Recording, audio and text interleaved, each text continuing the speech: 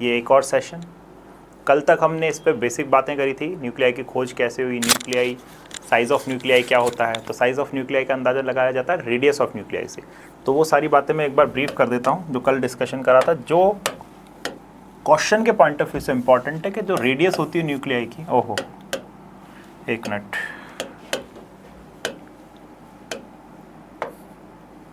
तो जो रेडियस होती है न्यूक्लियाई की वो होती है R0 और a⁻1/3। यहाँ पर जो R0 होता है वो लगभग आप ले सकते हैं 10⁻⁻15 मीटर के बराबर, जो कि होता है 1 फर्मी मीटर के बराबर। ठीक है, ऐसे भी बोल देते हैं। और यहाँ पर a होता है मास नंबर किसी भी एलिमेंट का, तो उसका मास नंबर अगर बड़ा होता जाएगा तो उसकी रेडियस भी बड़ी होती जाएगी।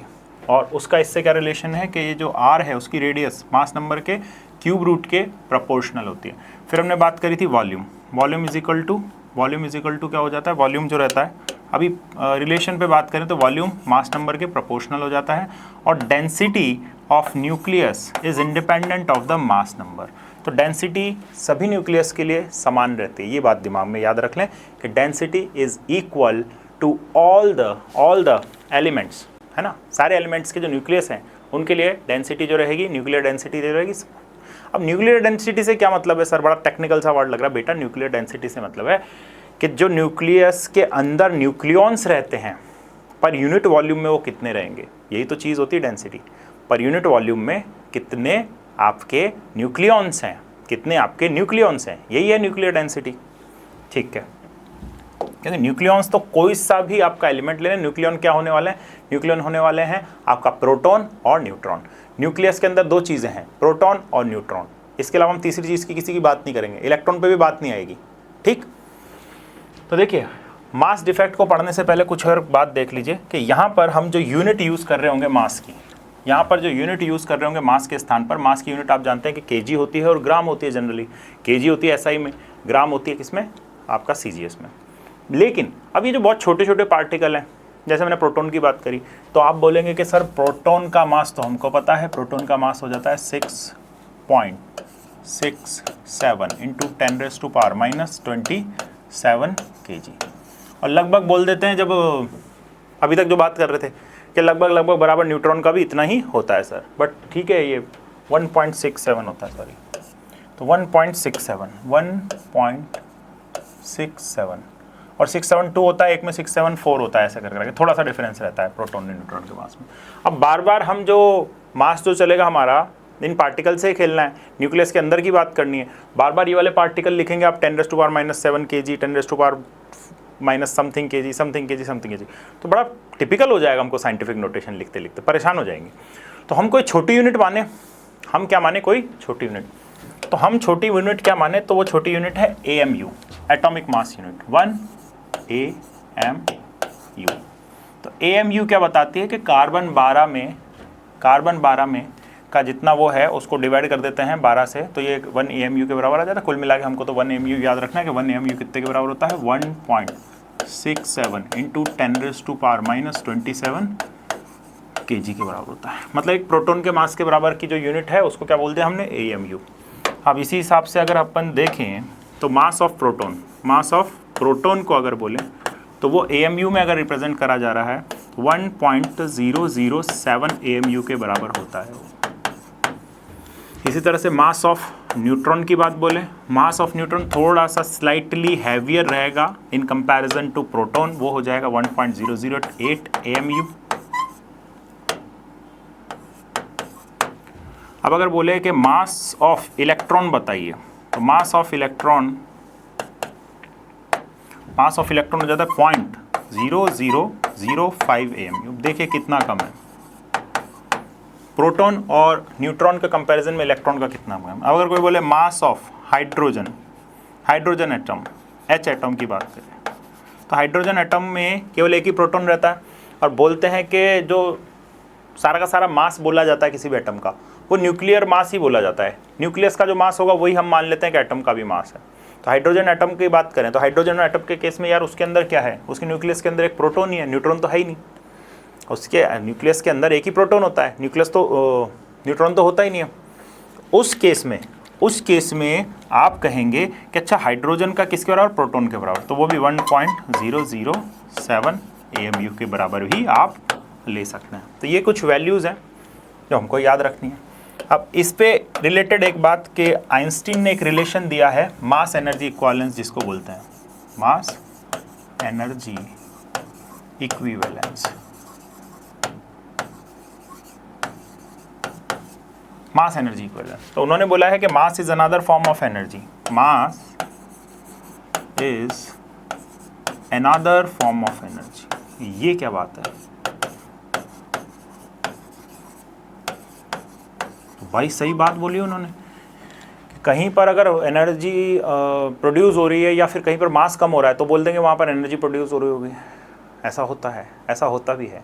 अभी तक जो पढ़ रहे थे यही तो मॉडर्न फिजिक्स है। अभी तक जो पढ़ रहे थे वहाँ पर मास को एनर्जी को रिलेट नहीं कर रहे थे, तभी तो हम कंजर्वेशन ऑफ एनर्जी सेपरेटली लगाते थे, उसमें मास की कहीं बात नहीं करते। लेकिन इस चैप्टर में कंजर्वेशन ऑफ एनर्जी और कंजर्वेशन ऑफ मास अलग अलग सेपरेटली नहीं लगा सकते आप, क्योंकि जहाँ पर मास कम हो रहा होगा वहाँ पर एनर्जी बन रही होगी, जहाँ पर मास डिसअपियर हो रहा होगा वहाँ पर एनर्जी बन रही होगी। तो mass is another form of energy. इसका एक एग्जाम्पल दूँ आपको, इसका एक एग्जाम्पल देते हैं आपको। जैसे कि आपने लैंटर्न जलाया, एक दिया जलाया, दीपक जलाया। अब यार आपका जो ऑयल का मास था वो कहाँ गया? ऑयल तो गायब होता जा रहा है धीरे धीरे, उसको भी किसी और मास में कन्वर्ट होना चाहिए था, लेकिन वहाँ पे कंबशन के थ्रू हमको क्या मिल रही है? हीट एनर्जी मिल रही है। अब आप लोग सर गैस में कन्वर्ट हो जाएगा। अरे भाई गैस में कन्वर्ट तो हो रहा है, लेकिन उससे जो गैस बनेगी ना वो ऑयल के बराबर के मास की नहीं रहेगी, आप करके देखोगे तो वहाँ पर जो मास है उसका लैंटर्न के ऑयल का मास वो किस में कन्वर्ट हो रहा है? एनर्जी में कन्वर्ट हो रहा है। ठीक है। और देखिए लकड़ी जब जलती है तब भी ऐसा ही होता है, लकड़ी का मास कम हो जाएगा, जो कोयल बनता है, कोयला बनता है, बहुत हल्का सा हो जाता है वो। तो mass is another form of energy. Basic से एग्जांपल से हमने समझा इस चीज़ को। अब ये चीज़ जो होती है, न्यूक्लियर रिएक्शंस जो होती है वहाँ पर बहुत इंपॉर्टेंस रखेगी कि वहाँ पर न्यूक्लियस का मास कहीं कम हो रहा होगा तो उससे एनर्जी बन रही होगी। अब इसका जो रिलेशन दिया मास एनर्जी इक्विवेलेंस का रिलेशन दिया बड़ा इंपॉर्टेंट, और वो रिलेशन है E is equal to mc²। ये Einstein relation of mass energy equivalence है, आइंस्टीन ने दिया था। तो energy is equal to mass और सी तो कांस्टेंट है भाई, स्पीड ऑफ लाइट है सी। मास क्या हो जाएगा? अब मास किसके बराबर हो जाएगा? मास प्रोपोर्शनल हो गया एनर्जी के, मास प्रोपोर्शनल है एनर्जी, मतलब कहीं मास गायब हुआ है तो एनर्जी बन जाएगी। अब इसमें अगली इंपॉर्टेंट बात, तो अगर मैं बोलूं कि सर मास एनर्जी बन रहा है तो मुझे थोड़ा सा अंदाज़ा दीजिए कि 1 AMU अगर ये बहुत छोटा सा मास है तो इससे कितनी एनर्जी बन जाएगी? 1 AMU जो मास है उससे कितनी एनर्जी बन जाएगी वो देखिए। तो एनर्जी हम बोले एनर्जी इक्विवेलेंट टू 1 AMU मास, कि जो 1 AMU मास माना है हमने छोटा सा, माना क्या होता है? जो प्रोटॉन पर मास है लगभग वो 1 AMU के बराबर है, उससे कितनी एनर्जी बन रही है? तो उससे कितनी एनर्जी बन रही है? तो 1 energy equivalent is equal to 931.5 mega electron volt. अब यहाँ पर एनर्जी भी इलेक्ट्रॉन वोल्ट में चल रही है, जूल में नहीं चल रही। हमने पहले ही बता दिया था कि इलेक्ट्रॉन वोल्ट में चलेगी, जूल में नहीं चलेगी। छोटी छोटी चीज़ें हैं, छोटे छोटे पार्टिकल हैं, इनकी जो एनर्जी होगी वो इलेक्ट्रॉन वोल्ट में ली जाएगी। क्यों? जैसे कि हमने यहाँ पर छोटे छोटे पार्टिकल हैं, इनका मास किस में लिया है? AMU में, एटॉमिक मास यूनिट। किस में लिया है? AMU, एटॉमिक मास यूनिट में। छोटे छोटे पार्टिकल्स का मास तो AMU में लिया जाएगा और इनकी एनर्जी किस में ली जाएगी? इलेक्ट्रॉन वोल्ट में। ये हो गया एटॉमिक मास यूनिट।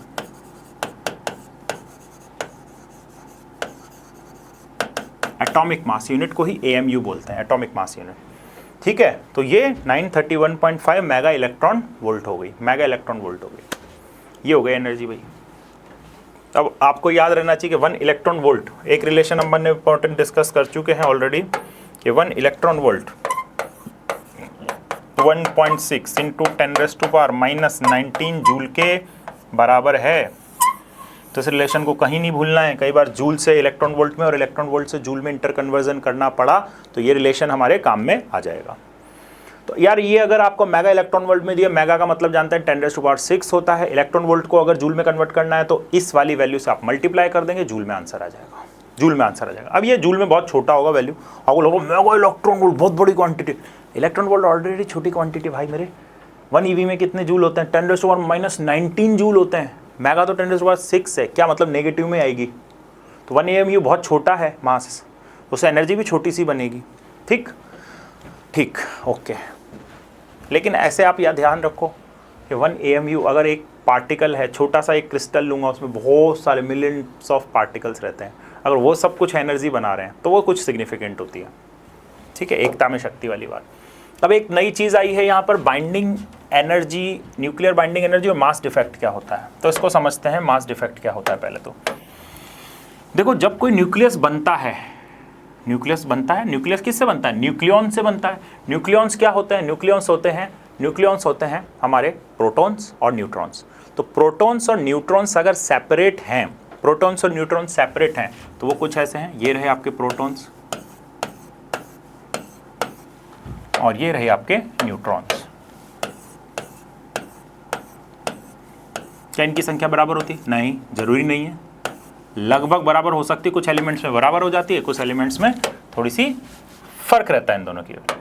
अब इन दोनों को मिलाकर क्या बन गया? एक इन दोनों से मिल गया एक आपका न्यूक्लियस। ये दोनों कंबाइन हो गए और यहां पर बन गया न्यूक्लियस। अब न्यूक्लियस, ये बन गया न्यूक्लियस, न्यूक्लियस बन गया।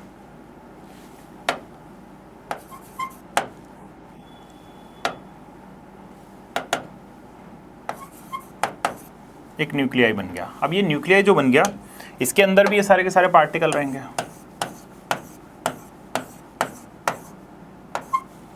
अब न्यूक्लियाई के अंदर जब ये पार्टिकल आए तो कहानी सुनना अब ध्यान से, कि जो पार्टिकल जब आए तो इस न्यूक्लियाई का मास जब मैंने मेजर किया, इस न्यूक्लियर का मास जब मेजर किया और इन अलग अलग सेपरेटली न्यूक्लियॉन्स का मास जब मेजर किया, पूरा टोटल न्यूट्रॉन का, जितने न्यूट्रॉन है उससे मल्टीप्लाई कर दे, एक न्यूट्रॉन का मतलब जितने नंबर ऑफ न्यूट्रॉन्स है उसको एक न्यूट्रॉन के मास से मल्टीप्लाई कर दूं, और जितने नंबर ऑफ हमारे प्रोटॉन्स है उनको एक प्रोटॉन के मास से मल्टीप्लाई कर दूं, तो यहाँ पर टोटल आ जाएगा कॉन्स्टिट्यूएंट्स का मास।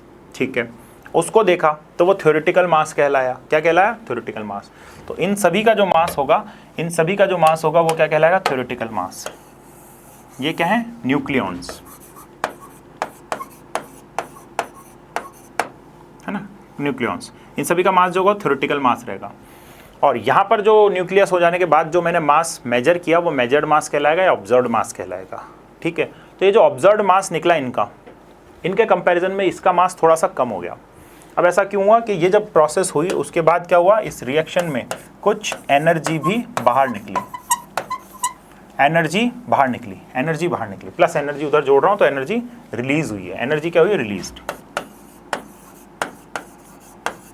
अभी एनर्जी कहाँ से आई? कि अच्छा इधर मास कम हो गया ना बेटा, आप बोल रहे हैं सर कि इसका मास ज़्यादा, इसका मास कम, तो बाकी का मास कहाँ गया? बाकी का मास एनर्जी में कन्वर्ट हो गया।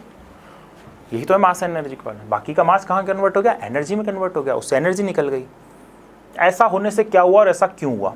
तो जब न्यूक्लियस बनता है तो उसे बनाने में कुछ एनर्जी खर्च होती है। क्यों? क्योंकि आपके प्रोटॉन के बीच में क्या होगा? रिपल्शन होगा। उनके इलेक्ट्रोस्टैटिक रिपल्शन को डोमिनेट करते हुए उनको साथ में बनाए रखना है। डोमिनेट करने में अभी बड़े बुजुर्गों की परिवार को जोड़ने में एनर्जी खर्च होती है ना, समझाइश वही करते हैं, कोई लड़ जाता है तो उनकी भी तो एनर्जी खर्च होती है। इसी तरह से यहाँ पर न्यूक्लियस को बनाने में कुछ एनर्जी खर्च हुई है, वो एनर्जी यहाँ पर रिलीज़ हो जाएगी। तो न्यूक्लियाई जब बना है तो उसमें एनर्जी कुछ खर्च हो गई है, यहाँ पर मास डिफेक्ट आता है। उसी जो इसकी और इसकी मास में जो डिफरेंस होता है उसी को हम क्या बोलते हैं? Mass defect. न्यूक्लियाई के और इंडिविजुअल कॉन्स्टिट्यूएंट्स के जो मास में डिफरेंस होता है उसी को मास डिफेक्ट बोलते हैं। तो देखो मास डिफेक्ट कैसे है।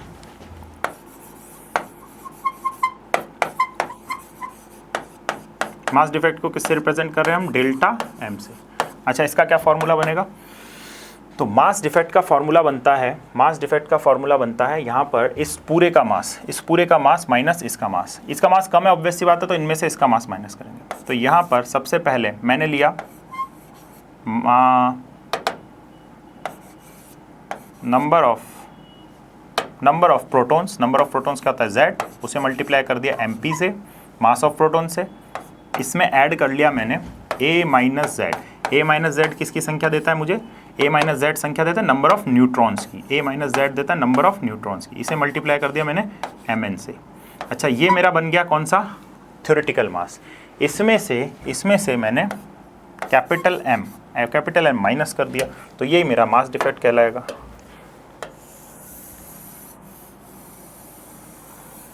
यही मेरा मास डिफेक्ट कहलाता है। अब यहाँ पर इसको डिफाइन कर लेते हैं कि यहाँ पर इस चीज़ को लिखने का एक और तरीका हो जाता है,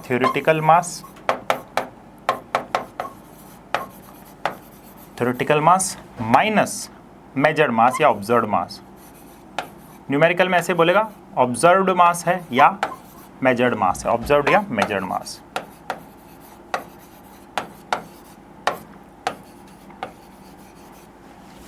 ना, मेजर्ड मास ऑफ न्यूक्लियाई।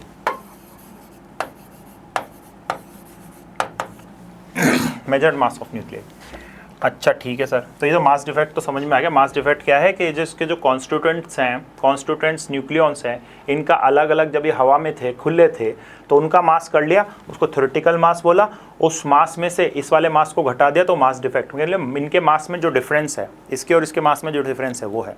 अच्छा, मास में डिफरेंस पता है तभी तो एनर्जी बता पाएंगे कि एनर्जी कितनी है। अभी जो एनर्जी रिलीज हुई है उसका फॉर्मूला क्या रहेगा? एनर्जी जो रिलीज हुई है उसका फॉर्मूला क्या रहेगा? देखिए, उसी को बोलेंगे यहाँ पर, इसी को न्यूक्लियर को बाइंड करने में जो एनर्जी लगी है वो यही तो एनर्जी है जो खर्च हुई है, रिलीज एनर्जी।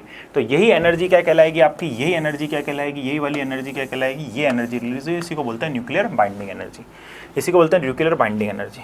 ठीक, तो न्यूक्लियर बाइंडिंग एनर्जी क्या हो जाती है? अगले पेज पे देखिए।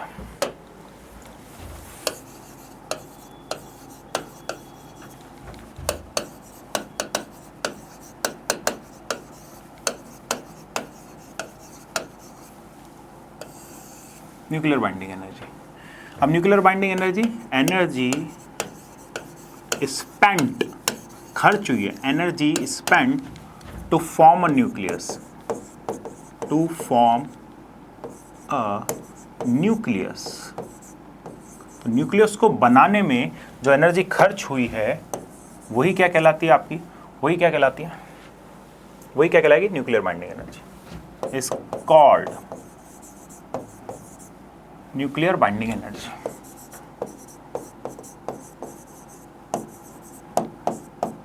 Be, binding energy BE. ठीक है, इसको न्यूक्लियर बाइंडिंग एनर्जी को मैं किससे? ईबी से रिप्रेजेंट कर लेता हूँ, ईबी शॉर्ट में। अब ईबी का मतलब समझ जाएगा, बाइंडिंग एनर्जी है। तो ये जो बाइंडिंग एनर्जी है ये कैसे निकाली जाती है? EB binding energy is equal to delta M multiplied by C square. अच्छा, तो जो मास डिफेक्ट निकाला था हमने, मास डिफेक्ट निकाला था, उसको किससे कर दें? सी से रिप्रेजेंट, सी से मल्टीप्लाई कर दें तो डायरेक्ट आंसर आ जाएगा। ये चीज़ क्या है? हमारा मास डिफेक्ट।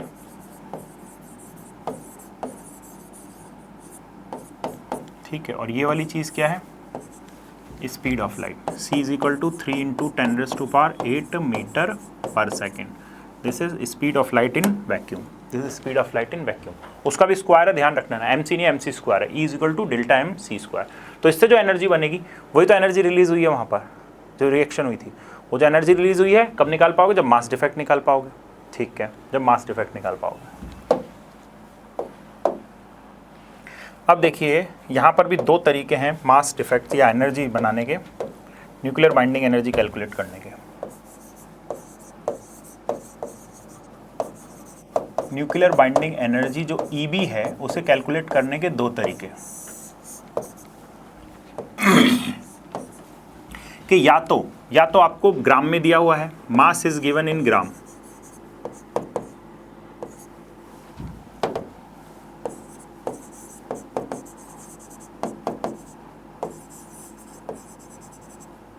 ग्राम और केजी, इनमें दिया हुआ है, ग्राम और केजी में। देन हमारा फॉर्मूला क्या रहेगा? EB is equal to delta M C square. इस वाले फॉर्मूले को हम यूज़ कर रहे होंगे। लेकिन अगर आपको मास डिफेक्ट, जो मास डिफेक्ट है वो किस में दिया हो? AMU में। अगर delta M is given in atomic mass unit, atomic mass unit में दिया है तो हमें तो पता ही है कि एक AMU में कितनी एनर्जी बनती है, तो 1, तो फिर AMU, जितना भी AMU आ रहा है, तो फिर सीधा सीधा मास डिफेक्ट जो AMU में आ रहा है उसको आप किस में मल्टीप्लाई कर देंगे? Mass defect multiplied by 931.5 mega electron volt. इससे आपका डायरेक्ट बाइंडिंग एनर्जी आ जाएगी।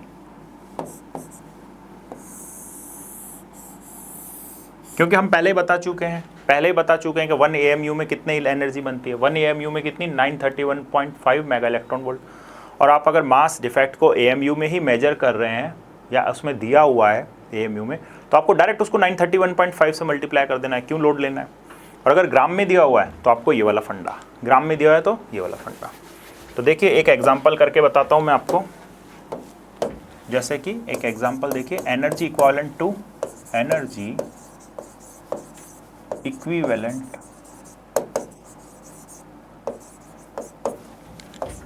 टू 1 ग्राम मास, कि 1 ग्राम के मास से कितनी एनर्जी निकलती है, 1 ग्राम के मास से कितनी एनर्जी बनेगी वो देखिए। तो यहाँ पर हम लिख रहे हैं, फॉर्मूला मेरा क्या है, E बराबर mc²। अच्छा m की जगह 1 ग्राम रख देते हैं तो 1 × 10⁻³ रखना पड़ेगा, ऐसा ही में c की जगह रख देते हैं 3 × 10⁸8। अच्छा इसका करना पड़ेगा स्क्वायर, mc² है, तो यहाँ पर ये कितना हो जाएगा, ये तो 10⁻³ रहा, और यहाँ पर हो गया ये 9 × 10⁻16, तो ये आ गया 9 × 10⁻³ और ये तो 10⁻13 जूल में आ गया ये, ठीक है। और अगर इसको आपको इलेक्ट्रॉन वोल्ट में चेंज करना है तो 9 × 10⁻13, ठीक। इसको क्या कर दोगे, 1.6 × 10⁻19 से डिवाइड कर दोगे, तो इससे जो सॉल्व कर के जो आंसर आएगा वो आ जाएगा आपका मेगा इलेक्ट्रॉन वोल्ट में आ जाएगा, ठीक है, इलेक्ट्रॉन वोल्ट में आ जाएगा। तो ये हो गया 6, इसको लिख लेते हैं 9 × 0.0625 × 10⁻, ये ऊपर आके प्लस में हो जाएगा, ये ऊपर आकर क्या हो जाएगा आपका प्लस में, तो ये भी इसमें ऐड हो जाएगा 13 में, ठीक। तो 19 और 13 मतलब कि ये हो गया आपका ठीक है 22, तो 32। अब ये आ गया, अब इन दोनों को मल्टीप्लाई कर देते हैं, तो इसको भी अगर हटाएंगे तो ये 10⁻³ मतलब 9 × 625 × 10⁻, यहाँ पर नीचे 1000 आएगा, 1000 ऊपर जाके माइनस हो जाएगा, तो कितना हो जाएगा 29। अब इसको मल्टीप्लाई कर लेते हैं, 5 यहाँ पर गया 4 और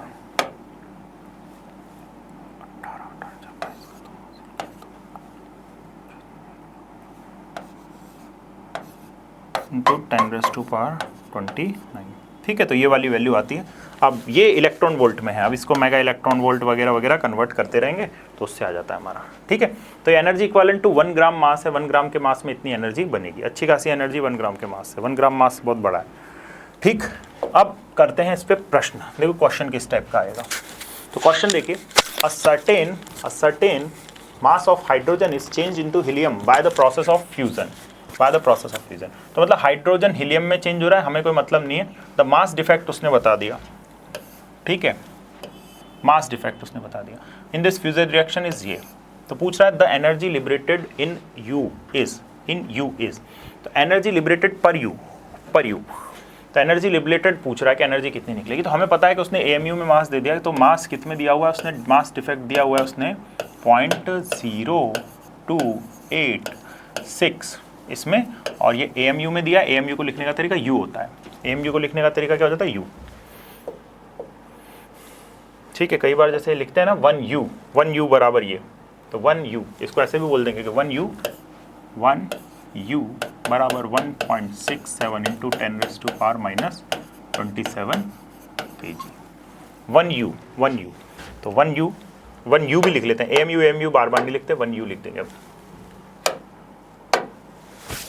अच्छा ये आ गया। अब मुझे तो मैंने बताया कि आप इस केस में ग्राम में नहीं दिया हुआ है आपको मास डिफेक्ट सीधा दे दिया उसने, मास डिफेक्ट सीधा दे दिया। अब मास डिफेक्ट सीधा दे दिया तो हम क्या करेंगे, यहाँ पर एनर्जी, डायरेक्ट एनर्जी की बात करेंगे। एनर्जी के केस में क्या कर देंगे, इस मास डिफेक्ट को किससे मल्टीप्लाई कर दें, 931.5 मेगा इलेक्ट्रॉन से डिवाइड कर दें। आंसर भी मेगा इलेक्ट्रॉन वोल्ट में दिया, बट देखिए यार यहाँ पर ये वैल्यू थोड़ी सी ऑड वैल्यू है, ये भी बहुत गंदी वैल्यू है, इसको मल्टीप्लाई करेंगे तो थोड़ी समस्या आएगी। और यहाँ पर ऑप्शंस को पाएँ तो थोड़ा अप्रॉक्सीमेशन लगा देते हैं अपन, ऑप्शंस दूर है, काफ़ी दूर है, तो हम इसको क्या मान लेते हैं, राउंड ऑफ करके इसको क्या मान लेते हैं 1000। तो डेल्टा एम जो लिखा वो क्या है 0.02866, इसको क्या मान लिया मैंने 1000 मान लिया, ठीक है, अप्रॉक्सीमेट लगा के 1000 मेगा क्या 931 है 1000 मान लो, क्या दिक्कत है। तो ये अब 1000 से मल्टीप्लाई करने के बाद कितना आ रहा है 28.66 mega electron volt, which is approximately equal, which is लगभग इक्वल इस वैल्यू के होगा। तो यही हमारा आंसर हो जाएगा, ठीक है। फिर हम पलटी मार लेंगे लास्ट में जाके, अरे हमें तो मिल गया अपना आंसर, क्योंकि यहाँ मैंने वैल्यू बढ़ाई थी, तो मेरा रिजल्ट थोड़ा सा ज़्यादा रहेगा। ऑप्शंस में जो वैल्यू मिलेगी आपको थोड़ी सी कम मिलेगी, स्लाइटली कम मिलेगी, क्योंकि यहाँ पर मैंने 931 से 1000 बना दिया था, तो जो मेरा रिजल्ट आएगा वो थोड़ा सा स्लाइटली ज़्यादा होगा। लेकिन आपको इतने पास अगर देखने को मिल रहे हैं ऑप्शन कि 28 भी है, 27 भी है, 26 भी है, तब तो फिर आपको पूरा कैलकुलेट करना पड़ेगा और कोई चारा नहीं है। बट ऑप्शंस अगर दूर हैं तो आप अप्रॉक्सीमेट लगाओ, इसको कहाँ माथा मारते रहोगे, इसको 1000 बना दो आप, 931.5 को क्या बना दो 1000 से मल्टीप्लाई, कितना ईजी हो जाएगा क्वेश्चन, ठीक। तो ये 2013 में आया हुआ क्वेश्चन, आसान सा। अगला, the energy equivalent to 0.5 gram of substance, तो ये भी आपका नीट 2020 में आया हुआ क्वेश्चन है। अब यहाँ पर आपको डेल्टा एम की वैल्यू कितनी दे दी 0.5 ग्राम, तो अब डायरेक्ट नहीं निकालना, अब हमको एनर्जी जो निकालनी है वो करना है डेल्टा एम सी स्क्वायर। अब डेल्टा एम 0.5 है, ग्राम में है तो 10⁻³ लिखोगे। सी का स्क्वायर कितना हो जाता है, 9 इंटू 10⁻, ठीक है 16, 9 इंटू 10⁻16।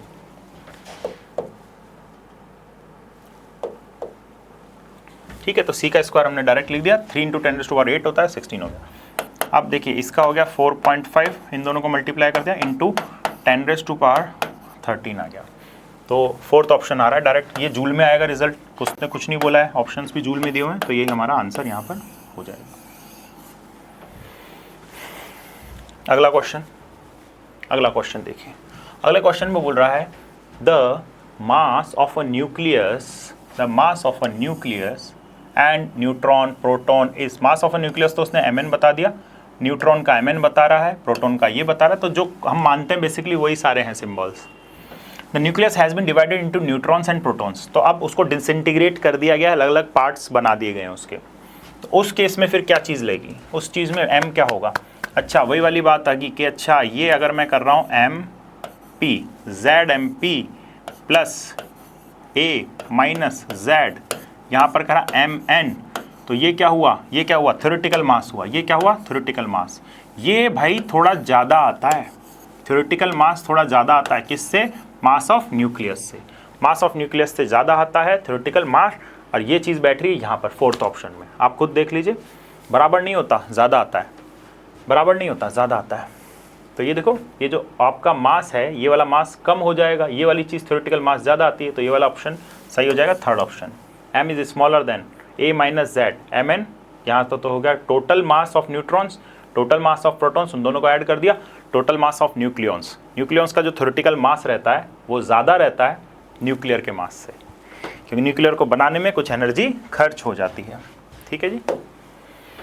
अब अगला बाइंडिंग एनर्जी कर्व, ये बड़ा इंपॉर्टेंट चीज़ है इस चैप्टर की। तो बाइंडिंग एनर्जी कर्व देख लिया, तो उसके लिए एक चीज़ समझनी है अपन को, बाइंडिंग एनर्जी पर न्यूक्लियॉन, बाइंडिंग एनर्जी पर न्यूक्लियॉन।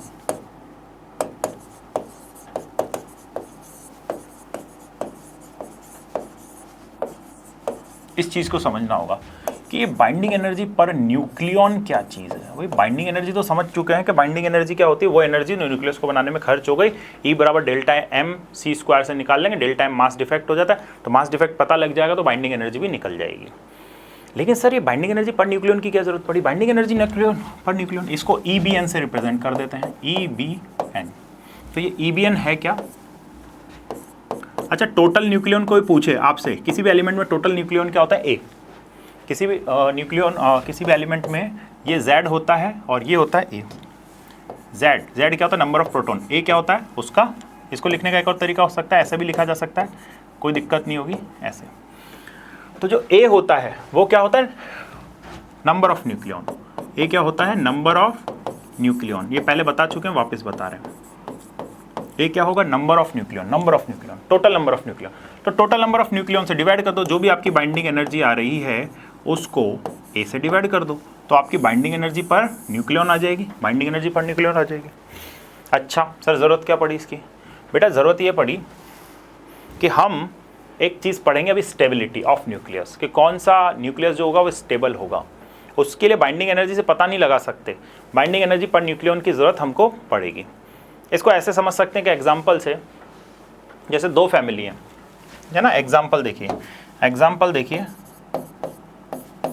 दो फैमिली है, family A and family B, family A and family B.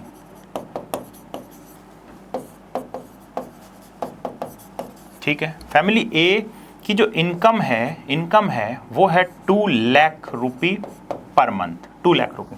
Family B की जो इनकम है वो है 3 लाख रुपी पर मंथ। ठीक है, अब आप इस आधार पर बोल सकते हो क्या कि यार फैमिली बी ज़्यादा अच्छे से रह रही होगी, ज़्यादा अच्छी लाइफ स्टाइल जी पा रही होगी, कह सकते हो आप।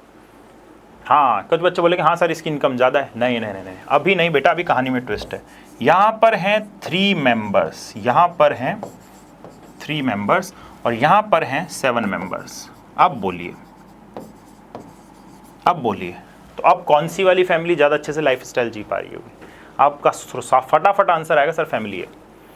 क्यों? क्योंकि वहाँ पर पर मेंबर अगर निकालेंगे तो पर मेंबर क्या हो जाएगा, 2 लाख को 3 से डिवाइड कर दीजिए, 2 लाख को 3 से डिवाइड कर दीजिए, और यहाँ पर 3 लाख को 7 से डिवाइड करोगे तो जो फैक्टर और वैल्यू आएगी वो कम आएगी। तो जो पर मेंबर इनकम होगी वो इस केस में कम होगी, इस केस में तो कोई फैमिली इनकम मैटर नहीं करती है, फैमिली में कितने मेंबर हैं वो भी तो मैटर करेगा। अगर बोलेगा यार एक जना है इसकी इतने लाख इनकम है, लेकिन उसको इतना बड़ा परिवार भी तो पालना पड़ रहा है, उसकी स्थिति परिस्थिति भी तो देखिए आप बोलोगे ओ भाई उसके तो बहुत मजे हैं, मजे नहीं है, उसके पास रिस्पॉन्सिबिलिटीज़ हैं। और एक है कि यार घर में सभी कमा रहे हैं, फैमिली इनकम बहुत ज़्यादा है, जने भी बहुत कम है, तो उनका लाइफ स्टाइल फिर डेफिनेट सी बात है अच्छा रहेगा, कोई रिस्पॉन्सिबिलिटी नहीं। तो इसके लिए स्टेबिलिटी के लिए पर न्यूक्लियन कितनी बाइंडिंग एनर्जी, ये बड़ी इंपॉर्टेंट चीज़ है। बाइंडिंग एनर्जी से पता नहीं लगेगा। अच्छा बाइंडिंग एनर्जी, यही चीज़ बाइंडिंग एनर्जी से समझो, जितना जो इनकम से पता नहीं लग रहा अपने को, इनकम से लाइफस्टाइल का पता नहीं लग रहा, स्टेबिलिटी का पता नहीं लग रहा इनकी लाइफ की। किससे पता लग रहा है स्टेबिलिटी का? कि हाँ मेंबर कितने, दोनों जानकारी होनी चाहिए आपके पास, एक तो ये और एक ये। अच्छा तो बाइंडिंग एनर्जी पर मतलब पर मेंबर कितनी इनकम है, पर मेंबर कितनी इनकम है वो, तो पर न्यूक्लियन कितनी बाइंडिंग एनर्जी है, पर न्यूक्लियन कितनी बाइंडिंग एनर्जी है, दैट डिसाइड्स द स्टेबिलिटी। तो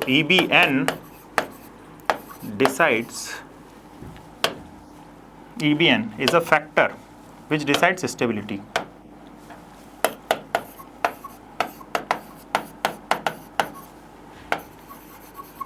इसलिए पढ़ रहे हैं इसको।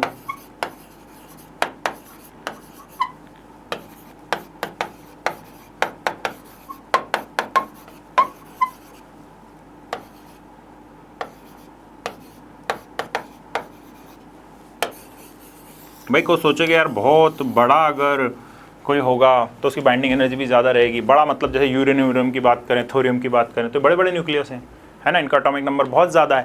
बोले हाइड्रोजन हीलियम ये बहुत छोटे छोटे हैं, आयरन हो गया ये छोटे पड़ेंगे उसके कंपेरिजन पर। नहीं, आप पाओगे कि ये बाइंडिंग एनर्जी कर्व देखोगे तो आप खुद देखोगे, खुद सोचोगे कि कहाँ पर क्या कहानी बैठ रही है। अभी देखो इसमें समझो चीज़ को, फटाफट से इसको ब्रीफ करते हैं। तो ये है बाइंडिंग एनर्जी पर न्यूक्लियन का graph. Binding energy per nucleon Y axis पे लिया है, यहाँ पर लिया है मास नंबर। तो मास नंबर बढ़ता जा रहा है यहाँ पर 40, 80, 120, 10 एंड सो ऑन। यहाँ पर बाइंडिंग एनर्जी पर न्यूक्लियन, यहाँ पर ये ज़्यादा में नहीं चलती, 8.8 तक ही रहती है मैक्सिमम। तो मैक्सिमम वैल्यू किसकी है? तो कोई पूछेगा मैक्सिमम वैल्यू किसकी है? यहाँ पर ये मैक्सिमम वैल्यू है आयरन की। अब आयरन का होता है 56, यहाँ पर कहीं आ रहा है 56, तो 56 उसकी आयरन की जो बैठेगी यहाँ पर 8.8 बैठती है, 8.8 मेगा इलेक्ट्रॉन वोल्ट। तो ये maximum binding energy per nucleon होती है। मतलब कि सबसे स्टेबल जो है वो क्या है? Fe सबसे स्टेबल है, मोस्ट स्टेबल। ये ड्यूटेरियम है, लिथियम, हीलियम, कार्बन, ऐसे कर करके ग्राफ चल रहा है। बट देख रहे हैं कि बीच के रीजन में ग्राफ बिल्कुल बराबर है। यहाँ पर कुछ पोर्शन के लिए बिल्कुल इसकी वैल्यू चेंज नहीं हो रही, बिल्कुल बराबर सा ग्राफ आ रहा है। उसके बाद वापस से ये डाउन हो रहा है, वापस से डाउन हो रहा है। यहाँ पर यूरेनियम भी आ जाएगा, है ना, 235। इससे आगे चलोगे तो यूरेनियम भी आ जाएगा इधर से। अब कहाँ से लेकर कहाँ तक? मास नंबर कहाँ से लेकर कहाँ तक? तो ए बिलो देन 30। इस टाइप के जो न्यूक्लियाई होते हैं, इस टाइप के जो न्यूक्लियाई होते हैं उनको क्या बोला जाता है? लाइट न्यूक्लियाई बोला जाता है, लाइट न्यूक्लियाई, लाइट न्यूक्लियाई बोला जाता है। ये क्या होते हैं? अनस्टेबल होते हैं। ये क्या होते हैं? अनस्टेबल। अब अनस्टेबल क्यों होते हैं? क्योंकि इनकी EBN जो होती है, बाइंडिंग एनर्जी पर न्यूक्लियन, कम होती है। आप खुद देखो ना, इसकी कम है, इसकी लगभग 1 से भी कम है, लिथियम की भी देखो कम है, हीलियम की भी कम है, इनकी काफ़ी कम है, तो अनस्टेबल है। अनस्टेबल है तो क्या करेंगे? Does nuclear fusion, nuclear fusion reaction होती है एक, उसको करते हैं स्टेबिलिटी के लिए। फ्यूजन मतलब जुड़ना, nuclear fusion reaction to gain stability,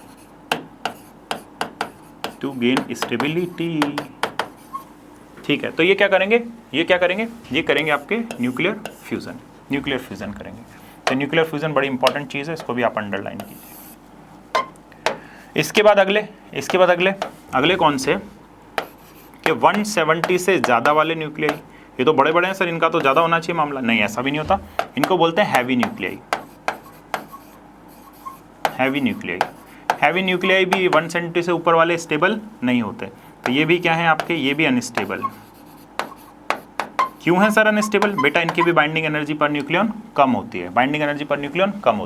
जिसकी बाइंडिंग एनर्जी पर न्यूक्लियन कम है वो स्टेबल नहीं है, सर ऐसे स्टेबल नहीं होगा तो क्या होगा? अरे स्टेबिलिटी पाना चाहेगा, स्टेबिलिटी पाने के लिए क्या करेगा? वो एक पर्टिकुलर रेंज में आना चाहेगा कि 30 से लेकर 170 के बीच में आना चाहेगा, तो जो भारी वाला है वो तो टूट जाएगा और जो हल्का वाला है वो जुड़ जाएगा। जो हल्के वाले हैं वो जुड़ के इसके बीच की रेंज में आएंगे, बीच वाले पोर्शन में आ जाएंगे, और जो भारी है वो टूट के इसके बीच में आ जाएंगे स्टेबिलिटी गेन करने। तो ये क्या करते हैं? Does nuclear fission to gain stability.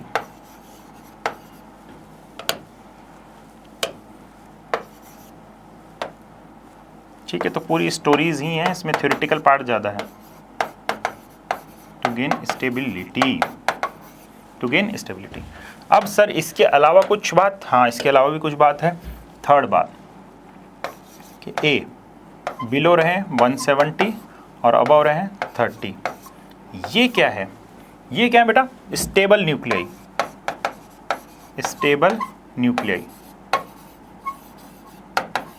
ठीक है, स्टेबल हैं तो कोई मतलब ही नहीं है। Does not participate in any nuclear reaction. तो ये किसी न्यूक्लियर रिएक्शन में पार्टिसिपेट नहीं करते। क्या मतलब है भाई?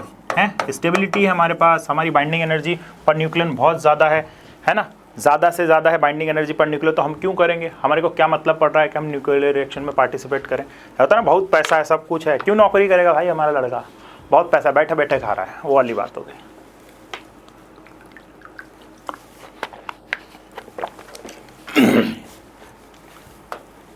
ठीक है, तो अब ये चीज़ समझ में आ गई, तो आगे बढ़ते हैं। तो बाइंडिंग एनर्जी पर न्यूक्लियन पे भी प्रश्न आ सकता है, तो ये इंडिपेंडेंट होते हैं मास नंबर से। यहाँ पर लिख देंगे ये these are independent of mass number. ये वाली जो रेंज है इंडिपेंडेंट ऑफ मास नंबर। कई बार ऐसा भी बोला जाता है कि भाई ग्राफ बनाया जाता है दो क्वांटिटी में, अब मास नंबर आप बढ़ाते जाओ, इन पे फर्क ही नहीं पड़ रहा इनकी वैल्यू पे, है ना, इंडिपेंडेंट ऑफ मास नंबर। अब देखो जो 56 वाला वो भी इसकी बीच की रेंज में आ रहा है, सबसे ज़्यादा किसकी होती है? Fe की। मोस्ट स्टेबल, इसको क्या बोलेंगे? Most stable nuclei. कोई पूछे मोस्ट स्टेबल न्यूक्लियाई क्या है? वो है आयरन। कौन सा? ये 56 वाला, Fe56 वाला। कितना होता है? 56 एटॉमिक नंबर होता है इसका। अब क्वेश्चन देखिए, इसी पर बेस्ड एक क्वेश्चन है, ये रहा। यहाँ पर binding energies of, binding energy दिए, देखो बाइंडिंग एनर्जी पर न्यूक्लियन नहीं दिए, सवाल में पढ़ा करें, ध्यान से पढ़ें, अच्छे से पढ़ें कि बाइंडिंग एनर्जी दी है या फिर बाइंडिंग एनर्जी पर न्यूक्लियन दी है। तो binding energy of helium, lithium, carbon and nitrogens are 28, 52, 90, 98 mega electron volt. क्या इस आधार पर मैं बोल दूं कि सबसे ज़्यादा जिसकी बाइंडिंग एनर्जी होगी वो स्टेबल रहेगा? नहीं, बाइंडिंग एनर्जी पर न्यूक्लियन चाहिए, फैमिली इनकम से मतलब नहीं है, पर मेंबर कितनी इनकम है उससे मतलब है, पूछा जा रहा है which of these is most stable, which of these is most stable. तो मेरा फंडा क्या है, मैं बाइंडिंग एनर्जी पर न्यूक्लियन निकालूंगा जिसका फॉर्मूला है Eb/A। तो पहला वाला किसके लिए, हीलियम के लिए निकाल के देख लेते हैं। तो हीलियम के लिए निकालेंगे, हीलियम के लिए Eb निकाला, तो इसके केस में इसकी बाइंडिंग एनर्जी 28 है, ठीक है, और इसका जो A है वो कितना है, 4 है, तो कितना आ गया, 7 आ गया, ठीक है।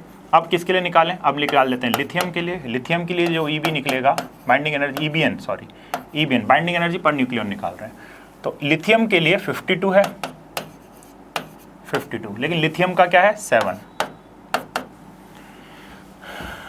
अब 6.7, ठीक है, 7 जा 49। अब उसके बाद कितना बचा, 3, तो पॉइंट लगा देते हैं, समथिंग इतना आ रहा है, 7.4 आ रहा है। उसके बाद किसका निकालें, उसके बाद निकाल लेते हैं कार्बन का। तो कार्बन का निकालते हैं। कार्बन के लिए Ebn निकालोगे तो कार्बन के केस में कार्बन का कितना दे रखा है, 90 दे रखा है, और उसके केस में उसके 12 हैं। तो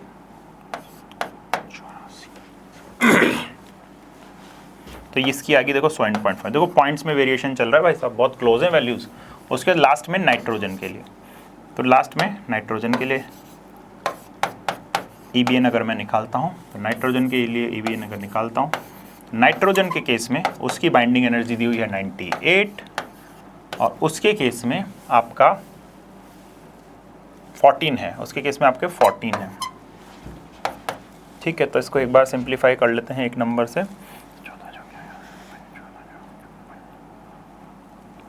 ठीक है। तो ये 14 है जो आपका बैठेगा 70 और फिर 84 के बाद 96। तो इसकी बैटरी है सबसे ज़्यादा, है ना, 8 समथिंग आ रहा है। तो बाइंडिंग एनर्जी इसी की कोइंसिडेंटली इसी की ज़्यादा है, नाइट्रोजन की 8 पॉइंट समथिंग आ रहा है। तो इसको सिंप्लीफाई करेंगे तो ये गया 7 बार, इसको सिंप्लीफाई करें, ये गया आपका 4 और 9 बार, ठीक है, 7 टाइम्स हो गया, तो सॉरी 7 टाइम्स हो गया,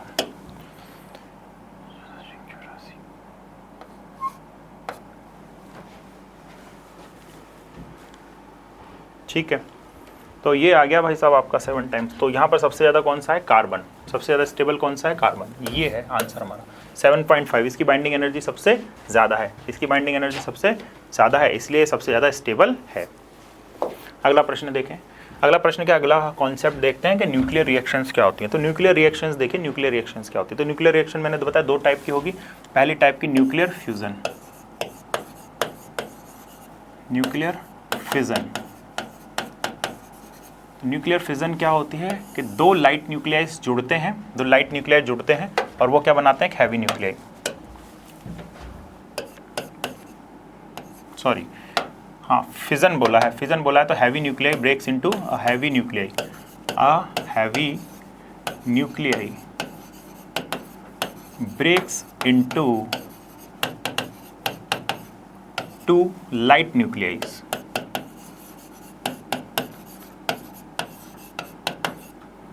टू गेन स्टेबिलिटी। किसके लिए कर रहा है भाई, स्टेबिलिटी पाने के लिए कर रहा है, स्टेबिलिटी पाने के लिए कर रहा है। तो स्टेबिलिटी पाने के लिए एक हैवी न्यूक्लियाई 2 लाइट न्यूक्लियाई में टूट जाता है। अब जब ये टूट जाता है तो उससे क्या हो जाता है, बाइंडिंग एनर्जी पर न्यूक्लियन बढ़ जाती है। जब भी देखो आपका न्यूक्लियाई कोई बनता है, when nuclei is form, stability उसकी इंक्रीज हो जाती है। तो इस केस में जैसे मैंने बताया था, ये वाली चीज़ पढ़ाई थी अभी, ये बना, तो इससे क्या हुआ, इससे स्टेबिलिटी क्या हुई, स्टेबिलिटी इंक्रीज हो गई। न्यूक्लियस की स्टेबिलिटी, एनर्जी जब खर्च हो गई ना, एनर्जी कम हो गई, तो इसकी एनर्जी क्या हुई, एनर्जी कम, तो इसकी स्टेबिलिटी क्या हो गई, न्यूक्लियस की बढ़ गई। ठीक है, केमिस्ट्री का कॉन्सेप्ट होता है।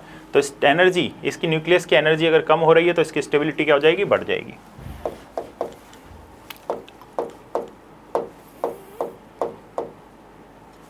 तो न्यूक्लियर रिएक्शन पे वापस आ जाते हैं, न्यूक्लियर रिएक्शन पे वापस, ठीक है। तो स्टेबिलिटी, तो देखिए इसका एक एग्जांपल देखिए, एक बहुत इंपॉर्टेंट एग्जांपल यूरेनियम का। जैसे जब यूरेनियम रहता है, यूरेनियम 92, यूरेनियम 235, 92 यूरेनियम 235, तो इस पर जब बम्बार्डिंग करी जाती है एक न्यूट्रॉन की, है ना, इसके न्यूक्लियस पर, यूरेनियम के न्यूक्लियस पर जब बम्बार्डिंग करी जाती है तो बनता है बेरियम एंड प्लस क्रिप्टॉन।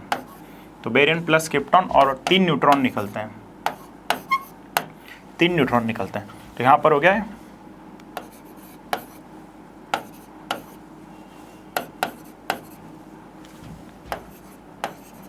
ठीक है।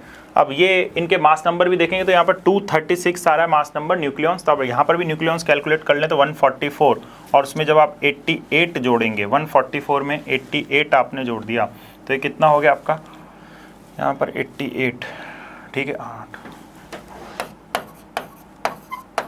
और उसमें क्या जोड़ना है, 3 भी जोड़ना है, तो ये हो गया 3 7 7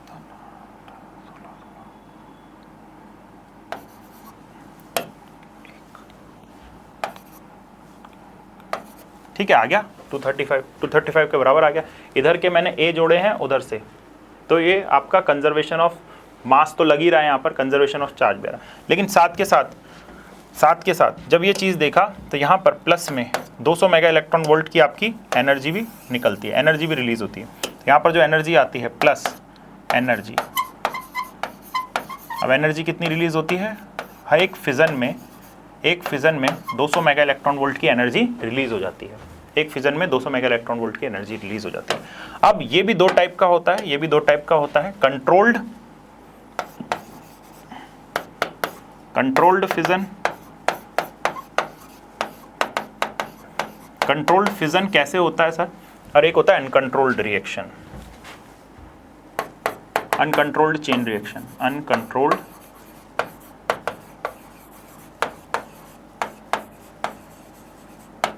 चेन रिएक्शन। तो अनकंट्रोल्ड चेन रिएक्शन तो किस में यूज होती है, न्यूक्लियर बॉम्ब में यूज होती है। ये किस में यूज होती है, न्यूक्लियर बॉम्ब में।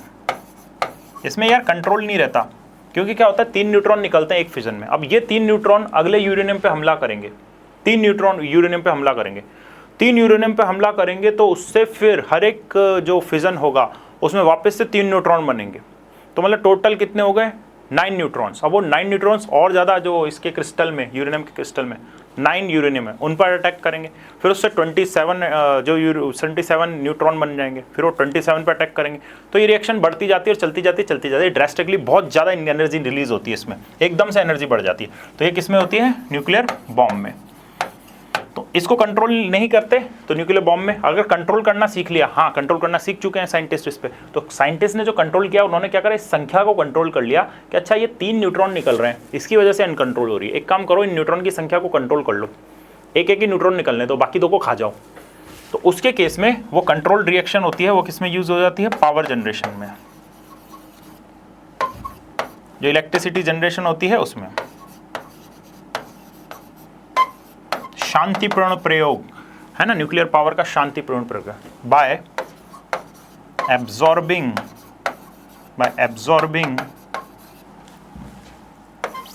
Neutrons, excess neutrons,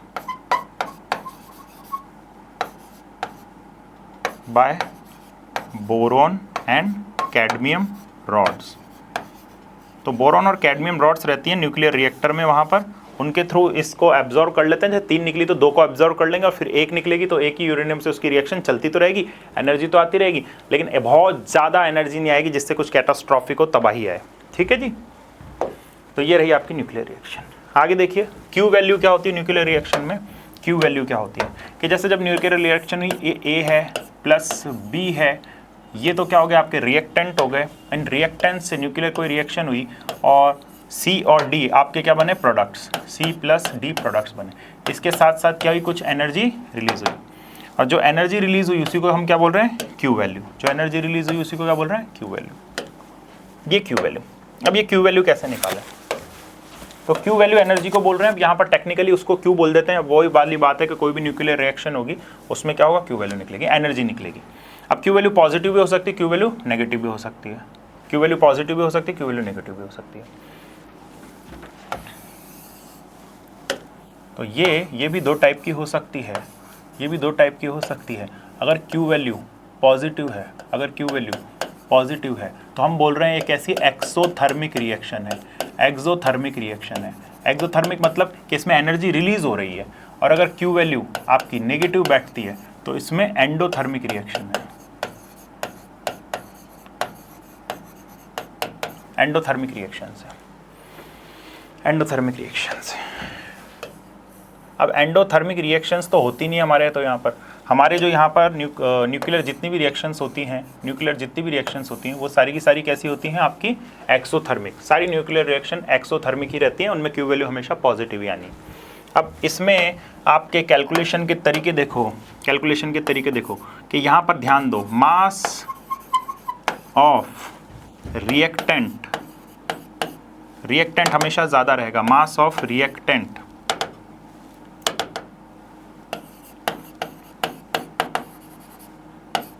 mass of reactant बोले तो ये हमेशा ज़्यादा बैठेगा किससे, मास ऑफ प्रोडक्ट से।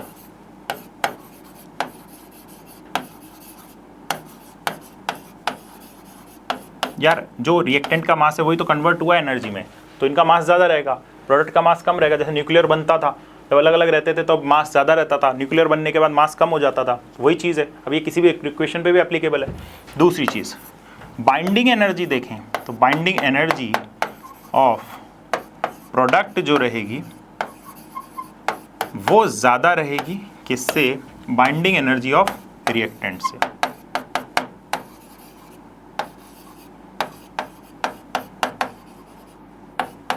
ठीक है, इनकी बाइंडिंग एनर्जी ज़्यादा हो जाएगी ना, स्टेबिलिटी बढ़ गई तो बाइंडिंग एनर्जी बढ़ जाती है, बाइंडिंग एनर्जी बढ़ जाती है।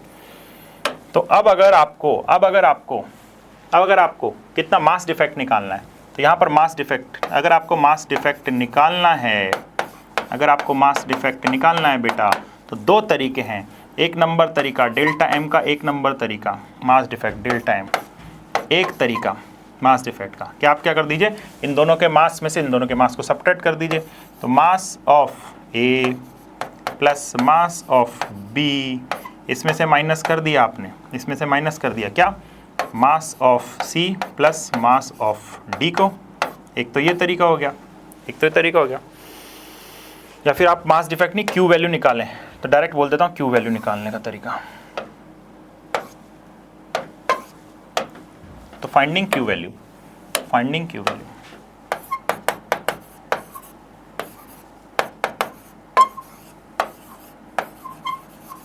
कि क्यू वैल्यू कैसे निकालें, क्यू वैल्यू कैसे निकालें। एक नंबर तरीका तो ये हो गया कि आप ये कर दीजिए कि आपने क्या निकाल लिया, पहले तो मास डिफेक्ट निकाल लिया। अब मास डिफेक्ट निकालने के बाद उसको सी स्क्वायर से मल्टीप्लाई कर दीजिए, उसको सी स्क्वायर से मल्टीप्लाई कर दीजिए। दूसरा तरीका देखिए, दूसरा तरीका देखिए, दूसरा तरीका यही है, बाइंडिंग एनर्जी में डिफरेंस निकाल लीजिए। एनर्जी तो है, तो binding energy, binding energy, binding energy of product, binding energy of product, उसमें से माइनस कर दीजिए बाइंडिंग एनर्जी ऑफ रिएक्टेंट, तो ये डायरेक्ट आपको क्यू वैल्यू दे देगा। ये दो तरीके हैं, ये दो तरीके हैं आपका यहाँ पर क्यू वैल्यू निकालने के। एक तो ये वाला तरीका, तो क्यू वैल्यू के दो फार्मूले हो गए, एक तो ये वाला और एक ये वाला। ठीक, इन दोनों का ही यूज़ करना आना चाहिए भाई। इससे तो मास डिफेक्ट निकल जाएगा, डेल्टा एम को सी स्क्वायर से मल्टीप्लाई कर दिया। ये कब लगाएंगे, है ना, जब मासेस दिए हुए, एक्चुअल मासेस दिए हुए, और जब डायरेक्ट ही बाइंडिंग एनर्जी दिए तो बाइंडिंग एनर्जी को तो डायरेक्ट सब्ट्रैक्ट कर दीजिए, तो बाइंडिंग एनर्जी से डायरेक्ट एनर्जी का डिफरेंस एनर्जी ही आएगी, तो क्यू वैल्यू हो जाएगी। सही है जी। अब आगे बढ़िए, अब आगे बढ़ के न्यूमेरिकल करते हैं।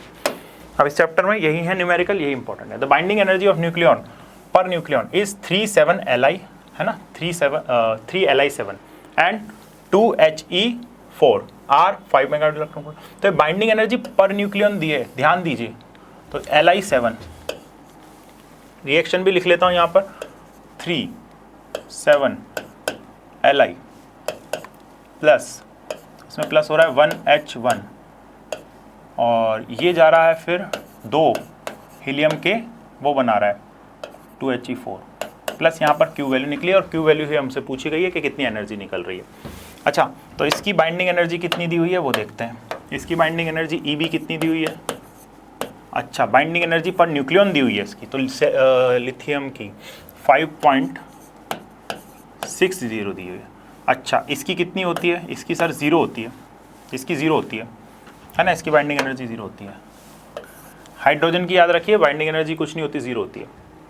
उसके बाद इन्होंने बाइंडिंग एनर्जी दी हुई है, एक तो हीलियम की दी हुई है, तो यहाँ पर हीलियम की बाइंडिंग एनर्जी कितनी दी हुई है उन्होंने, यहाँ पर 5.60, लेकिन ये तो एक हीलियम की दी है, यहाँ पर कितने हीलियम है 2, तो 2 को उससे मल्टीप्लाई करना पड़ेगा, ठीक है। और फिर ठीक है, तो मुझे चाहिए बाइंडिंग एनर्जी, मुझे चाहिए binding energy, binding energy per nucleon नहीं चाहिए, मुझे चाहिए बाइंडिंग एनर्जी। तो इसके केस में क्या हो जाएगा बाइंडिंग एनर्जी के केस में, ये तो EBN है, EBN कब निकला था, जब टोटल बाइंडिंग एनर्जी को आपने इससे मल्टीप्लाई करा था। अब मैं क्या कर देता हूँ, इसके लिए 5.60 को किससे 7 से मल्टीप्लाई कर दूंगा, तो आंसर आ जाएगा EB का। तो EB बराबर ये, तो 7 0 जा 7 7 तो ये हो गया आपका 42 और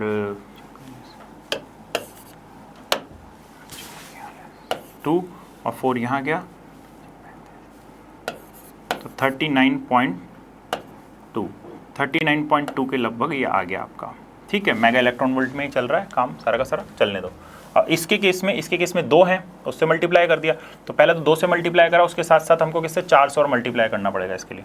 तो 2 मल्टीप्लाइड, इसकी EB निकालनी है, इसकी EB निकालनी है, तो 2 मल्टीप्लाइड बाय 5.60 मल्टीप्लाइड बाय 4, तो ये टोटल हो गया। 8 को मल्टीप्लाई करना है,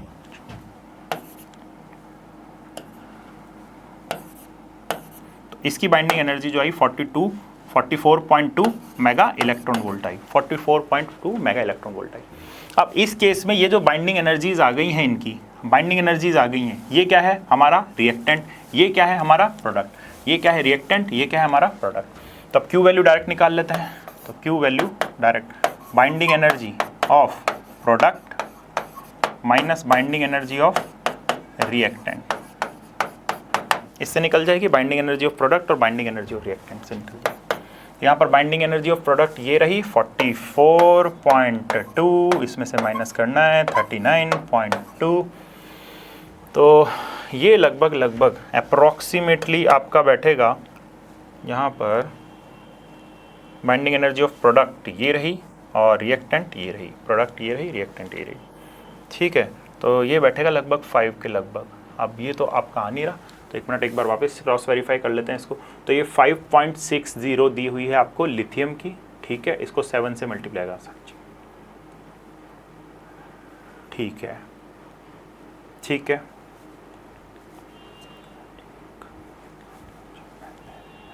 सही है। और इसके केस में आपके जो रिएक्टेंट्स हैं, न्यूक्लियॉन्स हैं, पहले तो दो निकल रहे हैं हीलियम के, सॉरी यहाँ पर हीलियम को ही He नहीं लिखा, तो वो भी कर लेते हैं। तो यहाँ पर हीलियम को He लिखा, ठीक है, 2He4, और यहाँ पर 2 से तो मल्टीप्लाई करना है क्योंकि 2 एटम बन रहे हैं हीलियम के, और फिर उसको अपन को 4 से भी यहाँ पर मल्टीप्लाई करना है। तो 2 4 जा 8, 8 6 जा 48 का यहाँ पर कुछ गड़बड़ है, 1 मिनट इसको करेक्ट कर लेते हैं, ठीक है। इसको वापस मल्टीप्लाई करना है, 8 हो जाएगा 2 4 8 8 6 जा 8 4 इधर गया 44.8, तो यहाँ पर आया ये 44.8, ये प्रोडक्ट की बाइंडिंग एनर्जी है, और 39.2, तो ठीक है 44.8 और 39.2, इन दोनों का डिफरेंस करना है। तो यहाँ पर आ जाएगा ये 6 और यहाँ पर ये आ गया आपका 19, ठीक है। इसमें से ये चला गया तो इधर की साइड लिया तो आपका हो गया 5.6 के लगभग, ठीक है। तो ये 29 और ये हो रहा है 46 35 और 5.60, ठीक है। तो इसमें आंसर आपका, ठीक है, इन दोनों का डिफरेंस करेंगे तो आंसर आ जाना चाहिए। तो एक बार वापस कर लेते हैं कैलकुलेशन को, 5.60 7 Li3, तो ठीक है, इसकी बाइंडिंग एनर्जी पर न्यूक्लियॉन दी हुई है, हमको EB निकालनी, तो इसके न्यूक्लियॉन से अपन मल्टीप्लाई कर दिया, E के न्यूक्लियॉन से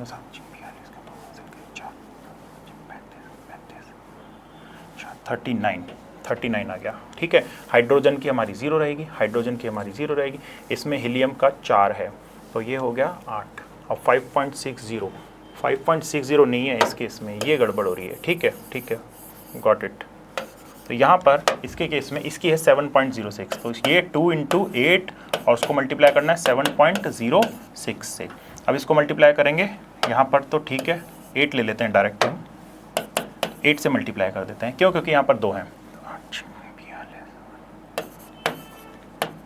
और ये 56 आ गई। तो 56.48 माइनस दिस करोगे तो 19.6 इसका आंसर आ जाएगा।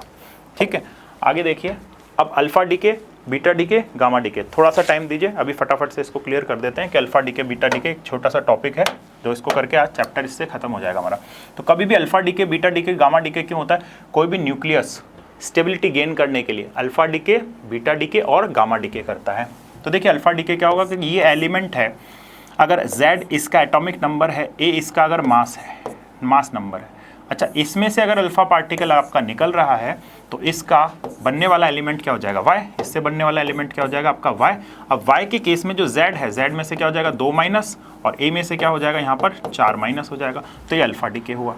अब दूसरा होता है आपका बीटा डीके, इसमें Z है, इसमें 1 है, तो ये हो गया आपका बीटा डीके। बीटा डीके जब हो रहा है तो इसके केस में आपका Z जो रहेगा उसी में चेंज आएगा, तो Z can be +1 in case of beta minus decay, और अगर बीटा प्लस हो रहा होगा तो बीटा। ठीक है, और A में कोई चेंज नहीं आता। तो इसी तरह से ये वाला बीटा का एक और एग्जांपल दे देते हैं, वो बीटा प्लस डीके करके बता देते हैं आपको, बीटा प्लस डीके। तो बीटा प्लस डीके में ये आपकी कोई इलेक्ट्रोमैग्नेटिक रेडिएशन नहीं होती, प्लस में यहाँ माइनस कर दीजिए। देखो बीटा डीके में A अनचेंज रहता है, Z में चेंज होता है, अगर प्लस आ रहा है तो माइनस कर दीजिए, माइनस आ रहा है तो प्लस कर दीजिए। बड़ा सिंपल सा फंडा है। तो ये दोनों मिला के क्या हो गए हमारे? Beta decay. अल्फा डीके में दोनों चेंज होंगे, बीटा डीके में केवल क्या होगा? एटॉमिक नंबर चेंज होगा, मास नंबर चेंज नहीं होगा। और लास्ट होता है हमारा गामा डीके। गामा डीके एक तरह की रेडिएशन होती है, उसमें हमारा ना तो Z में चेंज होता है, नहीं A में चेंज आता है, ना तो Z में चेंज आता है, नहीं A में चेंज आता है। तो इस तरह से कई बार इसके सवाल पूछे जाते हैं। वैसे बेसिक डिटेल्स तो हटा दी गई हैं, पर ये फंडा आप लगा देंगे तो आप फटाफट से निकाल पाएंगे कि कौन सा एलिमेंट बन रहा है, क्या बन रहा है। ठीक है, चलिए आज इतना ही रखते हैं, मिलते हैं नेक्स्ट सेशन में, तब तक